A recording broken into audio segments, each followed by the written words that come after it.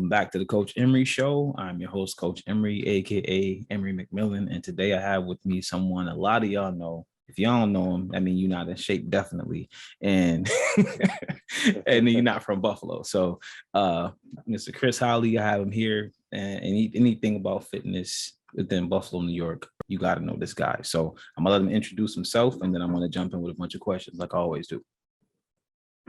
What's going on, everyone? Like I said, my name is Kris Hollie. I'm the founder and CEO of Impact Training 716. We have two locations, one at Niagara, 557 Niagara, in between Jersey and Pennsylvania. We have a second location at 300 Delaware, Suite 204. So it's on the second floor. But those are our two locations. I'm also founder of the Butt Camp Studio, which is an exclusive women's class focusing on slimming down the fupa, building up the booty, and tightening up the arms. Then we're going to be opening up soon Impact Striking 716, which will be looks like a personal and small group lessons for MMA, boxing, kickboxing, basic level martial arts, and self-defense. I'm also a father of 3 children as well, and I enjoy working out and watching movies. Nice. Yeah. Wow. So congratulations on the expansion, first of all. Thank you. That's definitely dope. If you're in Buffalo and you are looking to get fit, make sure that you stay fit or have thoughts about getting fit and that you just been pushing off. This is definitely the guy to see. So, he's been going strong for how many years now? It'll be 10 years officially in September. 10 years in September, man. So congratulations to you for weathering so many different storms. I mean, we're talking 2012 to 2022. If you live in this world, that's a huge number of major things that have happened, over time. So kudos to you for just being able to just make that happen. What is one thing that you feel kept you afloat or kept you thriving when other businesses were shutting down or just not able to make it through some of these obstacles? The biggest thing for me has always been authenticity and speaking on things that I know personally. Like there's a lot of different theories and always fads are just periodically popping up.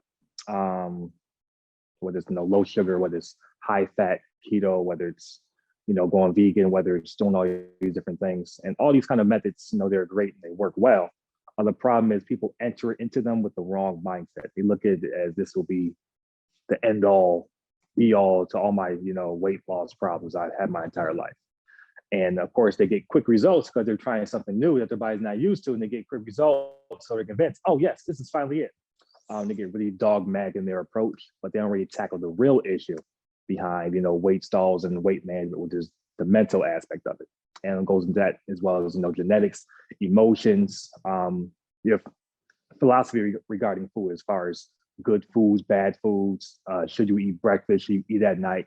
A lot of these things were kind of brought up and taught as children, and they're embedded within us. And this affects, positively and negatively, how we look at certain foods.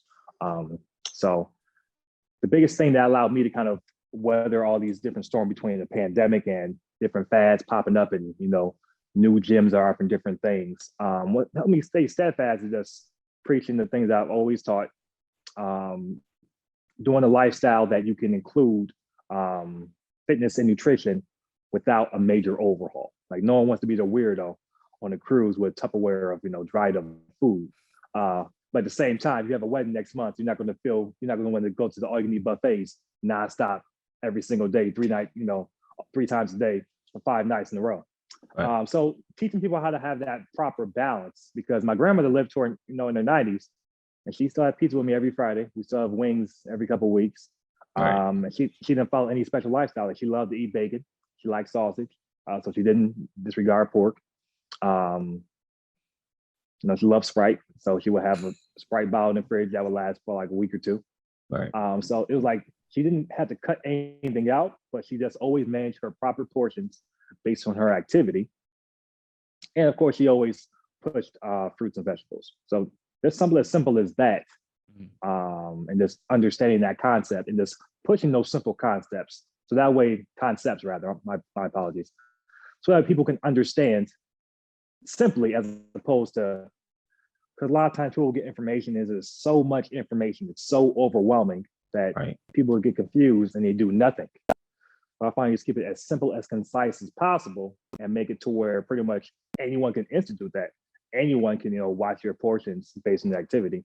Anyone can eat more fruits and vegetables. I say, what else? Start with that. You do a week or a month of that, you'll get results. You'll feel better. You'll look better just from doing those two simple things there. But the problem is, everyone wants the top. What are the 10 most important things? It's like, well, first off, it's going to change next month based on the weather and based on where you are and what you're doing. And secondly, that's too much at once. That's the reason why we go first grade, second grade, third grade. We don't go first, second, third, fourth. We're going to do a new grade every semester, every 10 weeks. You in one grade for an entire year, and then each semester, every 10 weeks, you go into different subjects and expound on things more. Same thing with nutrition and fitness lifestyle. Is that you gotta keep it simple and then build off of that. Gotcha. So, that's really dope that you like you said, speak to authenticity and speak to what you know. And it sounds like you have a deep knowledge of what works well with what, you know what I'm saying? And this is our first one-on-one conversation about fitness. So that's I'm learning a lot already from you, just the pairings and the things that you want to consider just in your lifestyle. So I have a question for you about when this journey began for you. Were you always into fitness, or was it something that you picked up over time, or how did that come about for you? How did you know this was your thing? Yeah, I always played sports. So coming out, I always played basketball, football, ran track, cross country. And I was convinced I was going to the NBA. So even though I didn't get any scholarship offers coming out of high school, unfortunately, the first game of my senior year, I had dislocated my shoulder in the first quarter after leading the team in scoring. Doc said, "Oh, going to be out for the season." I said, "For the season, my senior year? Doc." So once again, here I am again, going against doctor's orders, but I was able to take rehab really seriously. And I was able to return within a month as opposed to years. Now I was able to play the rest of my senior year without any further issues to my shoulder. Nice. Then I got to UB, tried to walk on there. Besides the existing shoulder issue, they also said they had found a heart murmur, which is a little suspicious because my pediatrician for 18 years never found anything. But I saw it as like, you know what? A friend of mine, he did walk on, but the experience just wasn't what we had thought it would be anyway. So it wouldn't have been the best path. So pretty much after kind of coming to grips that, I'm probably gonna make the NBA and playing against NBA level talent and seeing how much better than me they were. Mm-hmm. And then realizing, like, damn, he's fighting for a contract and he's taking me to school with a cigarette in his mouth. So I have to understand, like, okay, I'm not at that level. And the time it took me to get to that level, I'll be too old to play in NBA anyway. I kind of shifted my focus to coaching. So I ended up living in Michigan for a year. And I did some coaching for some young men basketball. So I thought that was the path I was going to head in. So I was actually looking into school, going back to school, to get my degree in physical education, become a gym teacher, then eventually get into coaching that way. The problem is I kind of hate school. So I was trying to find different ways around that. Like, okay, who do I know here? Okay, I can be assistant coach and then work my way up. And so there was definitely ways around it. But I was looking at like the pay and the time that would really be required to really do well by these kids. And it's like, I can't really justify spending all this time without getting money from somewhere. So I need to make money some way. So I would always do some kind of sales job. So I have a lot over like 10 to 15 years worth of sales experience just in different jobs I've done over the years. Gotcha. So I kind of thought that was my ticket because, of course, in the sales, you can make a commission for $2,000-$3,000, or you might make a commission for $200-$300. So it was a lot of up and down storms and learn how to manage my money then. But as things started to advance my life more and more, I still wanted to do something in the athletic field and be able to help people. So a friend of mine that I went to college with, he actually played at UB. He was a fitness coach. So I was asking him about that. So how's that working for you? So I started looking into it. And the thing about me is that once I kind of get an idea in my head, it's pretty much already going to be getting done. Like if I ask somebody about what they think about this, I'm pretty much already in the process of getting ready to do that. So yeah, I looked into that, went to school online, got certified, and I became an official trainer. Company started off as Kris Hollie Fitness officially September 16th of 2012. Dang, bro, that's dope, man. Yeah. Congratulations to you, man. Like I said, man, and to anybody listening to this, when I say if you into fitness and you don't know Kris, you must not be from Buffalo, because I swear to you, no matter who I talk to about fitness, even if we ain't talking about fitness and fitness just comes up, your name comes up. Anybody that I know, they're like, oh, I'm going to my trainer. Their trainer is you.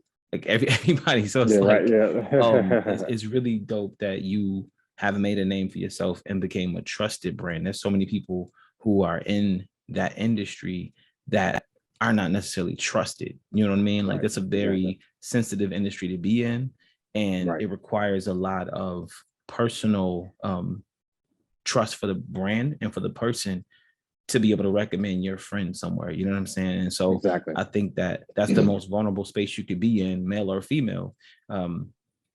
You're letting someone see your, where you need the most work in your life, right? Physically. Right. And that takes a lot of trust. So for you to be going as strong for this long, it just shows that you have a reputation that is trusted, your brand is trusted, and you make people feel like, yo, I don't want to only come and stay here. I also want to send people that I know here, right? Because no business is going to survive without referrals. And I'm pretty sure a lot of your business is referrals. Right. Exactly. So that's that. Kudos to you for that, man. 10 years strong, man. Are you having a big celebration in September? Yeah, we're planning a grand opening right now for September 17th. Okay, so the new spot isn't fully open yet? Not fully. I mean, we're doing a soft opening likely next week. My leg injury kind of set us back a little bit. We're supposed to be in there already, but there's a couple other things I want to tidy up before we kind of bring people in there. Start making a big old mess. So I want to clean the mess we have first, and then make a new mess. Gotcha. Makes sense, man. So you mentioned that you're gonna have, you said Impact Strike, you called it? Yeah. And that's so, MMA, you said small groups, MMA fighting and different types of now is that specifically for that type of like, is it going to be just like a gym for that, or is it like yeah, it'll be primarily for that, like self-defense, survival tactics, hand-to-hand combat, maybe some basic weapons things. There's plenty of MMA and striking studios out there. Problem that I found that there's a lot of studios that either the curriculum is either too elementary or it's too advanced. Gotcha. And sometimes you try to combine those two groups together. Either the beginner, it's overwhelmed from someone that's really advanced in it, or someone that's advanced ends up teaching the other person or doesn't really get a good workout themselves. Right. Of course, most martial arts are very humble and love to help people. However, at the same time, as adults, we get very busy. So it's like the last thing I would want someone that's divvied out time in a busy schedule to take a class for an hour is to spend that hour teaching someone else that doesn't know how to do a proper, jab cross, or how to do, properly check and low kick. Yeah. I'm sure they don't mind it, but if they come for a workout, they want to get a workout. They want to learn. They want to improve on their technique. They want to know how to make their cross come out sharper and not leave their left side open as much. So, gotcha.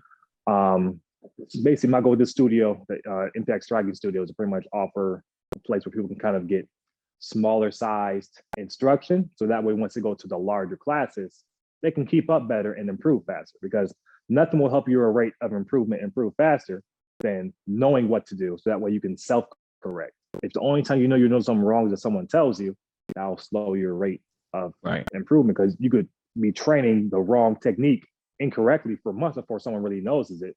Like, hey, who taught you I do that? Like, yeah, I've been doing this since I got here, and it got here, January, and here it is about to be August, and they're doing this wrong techniques. And now it's like, now you have to learn a proper way to do it.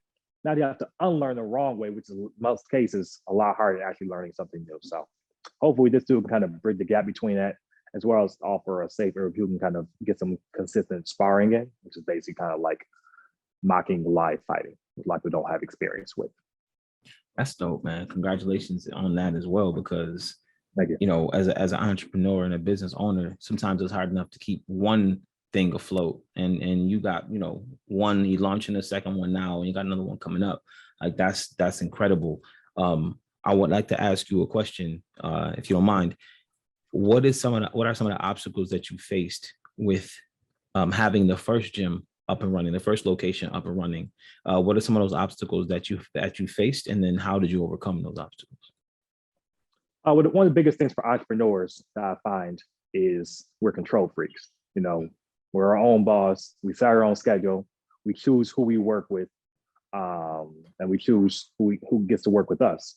So because of all these different control things, as you look into scale and grow, no matter how good someone is, no matter how much time someone has, no matter how little they sleep, you only have 24 hours in a day. And there's only a certain finite amount of productive hours you can fit within those 24 hours. So in order to really grow and expand, you need to hire out, you need to outsource, bring people in. So I would say that was probably the biggest obstacle for me, was kind of getting to the point where I would bring on employees or bring on a third party to help assist with things. Yeah. And then from there, finding the person that actually fit the vision, fit the company, because unfortunately, as you know, as perfect as you'd like to be, the first 3 hires will probably not be with you a year or two down the line, because you're getting it wrong. You know, it's moving to a different role as far as learning, going from being an operator to being a primary trainer to being an owner operator, to step into a different space. So I'm definitely working on improving my managerial skills and communication skills, because basically I'm trying to commute my message to other people to teach other people. So now it's like more degrees of separation. Yeah. And you want to ensure that the further it gets away from you, it still looks like your vision. Yeah. And of course, it won't be perfect. Which like, oh, I didn't say that. I said do this, not this. But hey, I'll go by the 80-20 rule. If they can perform 80% of the tasks I'm looking for, then I can do without that 20%. Plus that 20% that they're changing up, switching up, the customer might end up liking better. I might like better, just because I did this way for this long successful doesn't mean someone can come along and say, why don't you try this? Like, it's a good idea. Well, let's do that. So relinquishing that control. Has that happened in your programs where you did get someone who did it a different way that worked under you, and you did implement something that came from them? Oh yeah, definitely, all the time. Of course, it's worked the other way as well, where like they tried something and I'm like, no, we don't do that. Because a lot of times people don't understand. Like I will say, in our society, a lot of rules are very arbitrary. Mm-hmm. That's why I try to make as little rules as possible. But the rules I do have for a very select and important reason, to prevent something that I know has happened or can happen. So it's like, if I say don't do this here, if I say don't do this exercise, well, this exercise is great. It works this, it works this, it works this. Yeah, but the problem is, over half of Americans have low back problems. And this exercise here has a tendency to have one of the highest low back injury rates of all exercises. So is it a bad exercise? No. But if there's other options that are just as effective, if not more, for this person, let's seek out those options. So it's just kind of eliminate this move from our curriculum. That way we just, once again, don't make that an option. Luckily, in 10 years, we've never had any major injuries happen to any clients within the gym. Wow. Sometimes clients will leave. Sometimes clients will leave and slip on some ice or, party too hard and be hungover. But thankfully, no one was doing a lift and twist an ankle or drop someone. Like we've never had any injuries. Just because a lot of those provisions I put in place are to prevent situations like those. But of course, having attentive coaches to make sure that someone's not lifting a weight that's too heavy for them over their head and dropping it, but knock their head off. So that helps. That's and that's really dope that you said that, man, because I was going to ask you if you've ever experienced something like that where someone did, have a incident at your location that was major, and I'm glad that they haven't, because that, again, like you said, it's a testament to your planning, right? What you allow, and then also that 80-20, right? Making sure that the people under you understand what and how and why not sometimes, right? So that's really cool as well. I love that you can say that 10 years later that no one's had any, major injuries, and we're going to go 10, 20 more years without the same, that's what I hope for you, because I really feel like, we're from Buffalo, right? I'm from Buffalo, he's from Buffalo, and we're in Buffalo, but at the same time, sometimes we don't realize how big of an impact we can have globally, right? And so as you expand more and more, as this goes from a Buffalo thing to Delaware, Kenmore, to, to wherever the Strike Fitness is going to be, or Impact Strike is going to be, and then expanding out to other places, other cities, other states, as that continues, that same formula that you have being duplicated all over the world, is that a vision that you want to see, or do you kind of want to stay, kind of hands-on with all the facilities and local? Once again, that's another thing I would kind of fight myself on as far as expanding too big. Before I didn't want any gym at all. Before, when I first started, I would just sublease out of a client's or a friend of mine's space and just use their space. And basically, it's kind of we'll pay them rent and pay them other things. And I would kind of like treat it like my gym, but it would be my gym. Right. And that worked for a while until things started to clash. It's like, hey, when you bring in a lot of traffic, we have some sensitive client files, and it's kind of like people that hire us aren't comfortable with all the traffic coming in. So we're working on kind of building up like more of a separation, which I definitely appreciate they were even willing to do that. But it just came to a point where it was taking a little bit too long for the rate I was growing at. So then I had to eventually end up getting my own studio. Then once I did that, gotta get another location. Like, another location? You want we have two of these? But now I'm looking to hopefully within the next 3 to 5 years expand down to the south and potentially eventually the West Coast as well. So Hey. I'm not looking to be like a huge, 30,000 locations worldwide type of company, but at the same time, I don't want to say that's not what we're going to be, because if that's a path that's there for me, I definitely want to be able to take it. However, at the same time, I do understand that one of our biggest strengths is our ability to be able to connect with all of our clients on an individual, personal basis. Like, I know everyone's first and last name. I know their kids. I know, and these are things that they're able to cultivate, like how we bring people into the system and how we keep them implemented within the system as well. So sometimes I think get too big and too far away. I don't ever want people to feel like they can't, like I'm too big to reach. So I just try to be mindful of that. But at the same time, if the business says grow, you got to grow, or you're going to just cause it to fall. So there's no in between, So right. That's a great answer, man. I love that you're leaving the opportunity open for it. That's not necessarily your goal, but if it happens, it happens. Is there a moment for your business, like when a lot of people, part of the business's lifeline or lifespan, timeline, whatever, is a moment where they eventually step out of the business and the business still continues to run without them, right? That may be 10, 20, 30, 40 years from the business's inception. But do you ever see that happening in your business? Do you want to let this thing be something you pass down to your children, or do you want to kind of step out sooner and let it be its own thing and you go on to something else? Or is this kind of like you want to be in this until you can't be in it anymore? Yeah, right now, I mean, I can see myself adding other things, but I still see myself having some type of say in some type of presence inside the gyms, even if it's different locations. I might spend a week here, a week there, a week here. I still might find myself in here some way, and then eventually selling the company. My daughters, they don't want to take the business over, and I don't want to stress my son out with that. And I don't have any more right now in the way.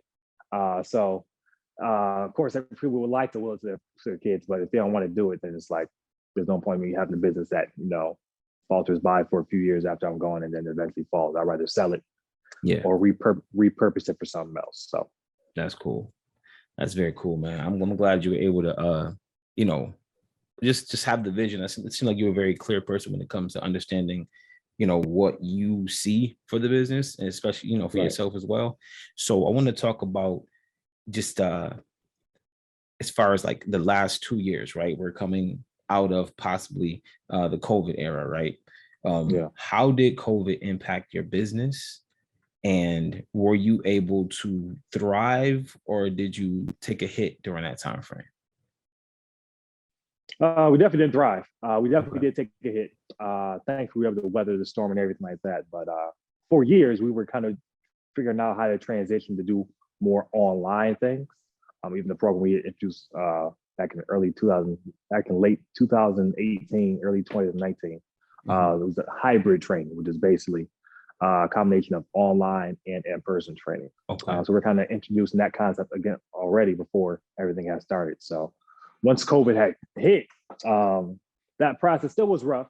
Definitely still took a hit, but we were able to kind of transition and go through that process and go into the actual systems and processes that we knew worked because we had been troubleshooting it over the past year. So it was kind of like we knew what systems to use. We knew how to run payments. We knew how to run schedules so everyone knew what time to do. We knew how to communicate to a mass amount of people in different states and different time zones. So thankfully we had the infrastructure already in place once COVID happened, but we were still itching to kind of get back in. Like and that was the path that I thought I wanted to take. I thought I eventually wanted to kind of move out. That's one of the things I didn't want to gym, because I said, okay, if I ever wanted to build one of the people that travel from place to place and live different places, I want to be like an online trainer. That way I can do it anywhere. After being home with COVID 24/7 and going out of town, I realized I don't want that lifestyle. I don't want to be home all day with my kids. They can go their place. I go my place. Wife or girlfriend, they go their place, and then we come together later on in the day. But being around them every single day, waking up, seeing them, taking a nap, seeing them, dinner time, seeing them, breakfast, seeing them, I'm like, oh man, I need some new faces. I'm getting sick of y'all. I was going to a grocery store. That's to kind of get out the house. I feel like I did the same thing, man. I feel like, you know what? I went to Sam's Club probably like four or five times a week. I didn't need anything from Sam's Club. Never been to a grocery store that much in my life. Yo, I swear that was like the club, man. Like, yo, man, I'm going to Sam's. You want to go? Like, my boy, would hit me. My boy would hit me up like, yo, I'm going to Sam's. You want to roll with me? Like, yeah, right, exactly. For real though. So, but everything was closed. It was funny, but I'm glad that you were able to survive that. You know what I'm saying? I think that you know, thrive or not thrive in that time space, being here right now on the other side of it is a thrive, right? It doesn't look like a thrive when we're in it, but this is definitely a thrive. So. Kudos to you for just being able to have the ability to transition as much as possible and be able to come out on the other side stronger, right? We're still kind of leveling off COVID, and you're expanding. So to me, you know what I'm saying? It definitely kept your core audience strong, I'm assuming, because you're expanding to another spot. So that's super cool. What do you think is something that people misunderstand about you most, as far as what you do and the your personal relationship to the business? Like, what do you feel that people don't understand about you the most? I know that's a tricky question. Yeah. I mean, for a while, when I was like really pushing butt camp a lot, I did kind of become known as the booty man or the booty guy. which sounds weird as hell. It was like, hey, the booty man. Please don't address me in that manner, okay? Because you might take that one of two ways, and neither one are the best for a trainer. please be advised, I don't edit my show, so just Oh, it's cool. That's even better. Okay, no more booty man in public. All right, nah. Do not address me that, especially if you out with your husband. Come on now. How's gonna look? How you doing, sir? Nice to meet you. I'm the booty man. I need some services. Like, no, don't do that. Yeah. So I was probably one of the biggest misconceptions was I only trained women, and I only trained women to kind of build their butt up. But I've trained people, in their 80s. I've trained male athletes. I've trained children. So while women are definitely kind of like my core target audience, definitely do work with everyone. Specifically, I would say our biggest kind of client avatars are pretty much women are looking for the big three: slim down their stomach, build up or maintain their butt, and tone up their arms, so that way they don't have what they call the bingo arms, where they wave and their arms is doing all this shaking, jiggling. Like, a lot of women don't like bingo that. Arms? Yeah, right. Exactly. It's like bingo, and the arm is shaking like, at like three times the rate of their hands. Come to find out they don't like that. If my grandmother was here, man, she'd be like, "What do you mean? You talking about me?" My grandmother was being honest. She would raise your hand and see. Right. I just do the bingo test. Yeah, you funny, dude. That is funny. Wow. That's an interesting misconception. I'm never gonna let you live that down personally now. So if you randomly get a message that says that, just know, like, it's all out of love, bro. Got you. Understood. Okay. Oh, I feel like I should stop the interview right here, because I can't go past that. I can't go past that, man. Yeah. Oh my goodness. All right, so I got some hypothetical questions for you. All right. Aside from the NBA, what job do you feel you'd be working right now if you didn't do what you do at this moment? All right, a school teacher. Whether it be like a gym teacher or a music teacher. Music teacher. Do you play any instruments? Yeah, I play piano, drums, saxophone, and trombone. Okay. So do you like make the music for your gym? Like, do you make all the theme stuff for you? Oh, no. I mean, unfortunately, I haven't really kind of had a chance or made time to kind of really delve into music since high school, which was like 15, 20 years ago. So I've been trying to get back into playing piano and drums a little bit. Trombones and saxophones are, a little bit hard to obtain and a little more expensive.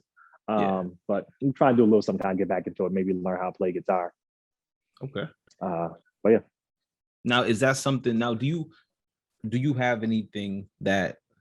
Now, I know you said you want to, potentially go back and be a gym teacher. Presently, that's still something that you're considering, right? Oh, maybe going back to school? No. Oh, that was just back then before you started the gym. Yeah, Gotcha. Yeah. Okay. Back then they didn't want me. Now I'm hot. They all want Now, me. Now, because of the name, because of the nickname you had, right? Yeah, right. Right. All right. So what do you see? Like, I know what I'm asking you, but it's difficult for me to get this question out. So, okay, let's say everything levels off, the gyms are stable, you are in there, you pop in, maybe a couple times a week, but everything is kind of like automatically doing everything it needs to do without you physically having to be there 24/7. What's next for you? Like, what is the next goal on your list that you want to accomplish? What's the next thing that you want to create? Oh, I'd say two of the biggest things I've always wanted to bring to Buffalo are kind of like a wealth creation academy, which is kind of like a school where people are kind of learn different wealth techniques as far as saving, investing, budgeting. Because everyone's not going to be a millionaire, everyone's not going to be balling. But I do believe that no one should be struggling. So just some simple things and life hacks, as people like to call it, and strategies to implement in their lives, so that way you don't have to struggle. Like you can take 2 vacations a year. You can take your kids, somewhere else besides Niagara Falls, and just kind of show them different things that they're currently doing in their lives that don't require a massive overhaul. It doesn't require you getting a second hustle that you got to work 6 to 10 every day and on the weekends, because that's a trade-off most people aren't willing to make. Most people will, I'll struggle a little bit more through life if I can have time to relax and spend time with my family. Most people are happy with that trade-off.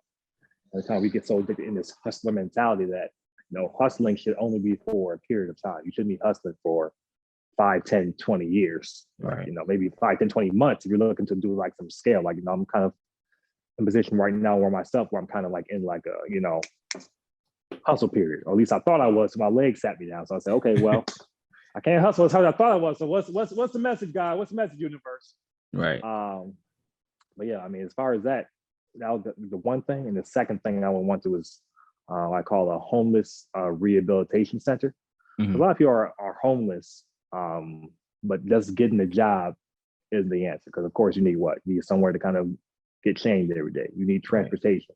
You need access to proper bathing products and things like that. Appropriate clothing.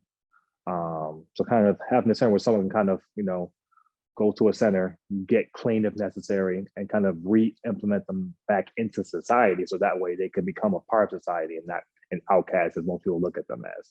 Because it's more than just getting a job. It's knowing how to look, knowing proper lingo, and interact between humans. Because unfortunately, you're like that for so long. Yeah, you lose that personal human touch, because people think that you want something. So people are either really standoffish from you, or them themselves, they're standoffish because they don't want to get hurt. So it's like teaching them how to re-implement into society is a big part, and kind of disregarded part when it comes to like helping the homeless, because giving them money, giving them food and everything is great, but I'm a problem solver. I like to solve problems, not just place a band-aid over it and take some pictures and feel good about it. Like, okay, how can we make sure this doesn't keep happening, or at least occurs at a lower rate? Right. So that's probably like 2 biggest things I would want to really hone in on and focus on, those 2 things. That's dope, man. I feel like those are things that I could really see you doing too, like just based on the person that you are. I see your posts and stuff like that. And I personally feel like, you know what I mean? I feel like it's like you're like 50 Cent in a way, right? Like that's really not it's who you are in your mind. Like these are your thoughts, but this isn't really like the way you live your life. You know what I'm saying? Like So like exactly. I read his book, and like the way he lives his life based on what he talks about in his book is like completely different than what you'll find on social media or Instagram. Like he's trolling people like crazy on there, but it's to keep everything relevant and keep keep the name Right. in people's mouths, right? So you can do that a number of ways, and it's a marketing tactic. Exactly. But I could definitely see you doing that kind of good in the world, especially just being, based on a few conversations that you and I have had. We had one early last year that just kind of really gave a perspective to who you were, right? Because we didn't really have many conversations prior to that. Like we had one like at a club, and I think either one of us or both of us were drunk, so I don't remember what that was. But right, yeah. but last year we had a conversation that just really kind of gave me some perspective into the person behind the brand, right? So I was honored to have that perspective and just be present in that moment. So two more questions for you, and we're pretty much gonna wrap up. So Okay. What's the best? Uh-oh. Oh man. I think I'm gonna save this question, ask it in a minute if I get around to it, because this next question might take us a minute. Oh, okay. All right. If you could compare yourself or identify with any animal, Oh, easy. Either a wolf, the kind of like the image of kind of like how tough wolves are, how the wolf is wounded, how it's still be able to fight through, and kind of the lone wolf. Because I do prefer to be alone most of the time. However, I do enjoy human interaction. I guess what you call a extroverted introvert, where I'm extroverted because of my job, because of what I have to do, but at home, yeah, TV might not even come on. I'll be fine with my phone or just reading and just kind of catching up and relaxing. So, right. Or just some music playing. So either a wolf or a tiger. Okay, most vicious big cat in the world, Siberian tigers, to be exact. It's my favorite animal. So a Siberian tiger or a wolf. Yeah. Gotcha. Okay. So I hope that's something y'all didn't know about him. He wants to be, after he's done with his work, he goes home and transforms into a Siberian tiger. Got it. If only, man, it'll be a lot more. There'll be a lot more news stories. Wow, gotcha. So this question, Buffalo. Maybe that's who's posting online. It's a Siberian tiger that's posting on Instagram, on Facebook. All right. So this question, it's kind of personal. You can opt to not answer it if you want. What would you say is your biggest failure, business or otherwise? And what did you learn from that experience that you would like to share with other people? Biggest failure, huh? And let me rephrase that, because I don't like to use the word failure, because I don't believe that anything is a failure that you learn from. However, biggest situation that didn't go to what you wanted it to. That's how I word that. So let's rephrase that as that. Gotcha. I would say probably definitely being divorced. Because before I got married, a lot of people didn't know I was married. A lot of people still think I'm married, but I am not. I am not married, and I used to be married. Correct. But yeah, because my parents, of course, told me before it happened, don't do it. Wait, all those things. And me and my ex-wife, we have 2 kids, and we still have a great co-parenting relationship. However, if I could have took my time more, because my parents, my grandparents, they've been married, got married young, married once, been in their entire lives, all the kids in the same household. That's what my goal was for my home. Unfortunately, that didn't happen. And I'll say the biggest thing I learned from that was to definitely take your ego out of it, because I was always kind of person where it's like the more someone says I can't do something or it shouldn't be done, it's too early to get married. It's not gonna work. Okay, I'm gonna show y'all. That's just the wrong type of mentality of taking to something and undertaking that's so broad and so important. Right. So I definitely plan to do, get remarried and stay that way. But I'll say that's probably my biggest failure in life is getting divorced. Gotcha. That's respectable, and I appreciate you sharing that. And I hope that really resonates with somebody. Because a lot of people, that's a big part of our society, whether we want to admit it or not. That's a huge part of our society, is that cycle of divorce, marry, remarry, divorce, remarry. And exactly. Maybe if some people were able to put some of that advice into action that you just gave, it could save at least one of those situations for somebody. So exactly. I appreciate that transparency on that, man. Definitely. So the 2 questions that I had, I can't tell you who they're from, because they're not here. They're not confidentiality. Right. So the one question is, what's the most amount of push-ups you've done in one day? I don't know. I mean, after a certain point, you just stop counting. Like Right. the most I've done is that I'll try to do like a whole different bunch of variations. Like I've done like push-ups where you jump in the air, push-ups where you clap behind your back, push-up when you jump and clap, push-ups when you clap 3 times, push-ups when you clap underneath the thighs, a push-up when you do a 360. So I've done a lot of different variations. A 360 push-up? Yeah. The other ones were a little advantageous. So it's kind of like someone can say, yeah, I did 1,000 push-ups. Okay. How many Superman push-ups did you do in a row without taking a break? Like, like once you kind of get to a certain level, it's kind of like, what's the point of this? Like I could do 2,000 push-ups today, but then I'll be super sore for 3 days. So then I'll miss the rest of my workout. And it's like, I won't get 3 days worth of work from doing that. I'll just be able to say I did 2,000 push-ups. And firstly, there's no real way to, if I said I did 2,000 push-ups, people would believe me. Right. Regardless. So he did 2,000. Right, exactly. Yeah. We'll go with 2,000. That's how he did 2,000. That's 5,000 sounds too crazy. You gotta prove that. 2,000. Right. Okay. But you gotta have a weird number though. Like you were like 2017. Yeah, right. I did 2017. Exactly. I almost made it 2018, but it didn't. Yeah, right. Yo, exactly. 360 okay. So is that 360 push-up is when you like up and you flip over and land on go down, you push up, do a 360, land in the next push-up, do it again. Yeah, I'm not okay with that. I'm not okay with that. Let's try it around some pillows and some soft surfaces. Yeah, that's a trampoline workout only. Yeah, right. Yeah. Wow. Definitely try it out at Get Air or Urban Air before you try it out on some concrete. That's dope, man. That's definitely dope. So, and the next question, I don't even think we have time for, but I'll let you see if you want to answer it or not. What high school did you go to? Oh, Performing Arts, best high school in Buffalo. What school I go to? I'm a multi-talented musical artist. Of course, I went to PA.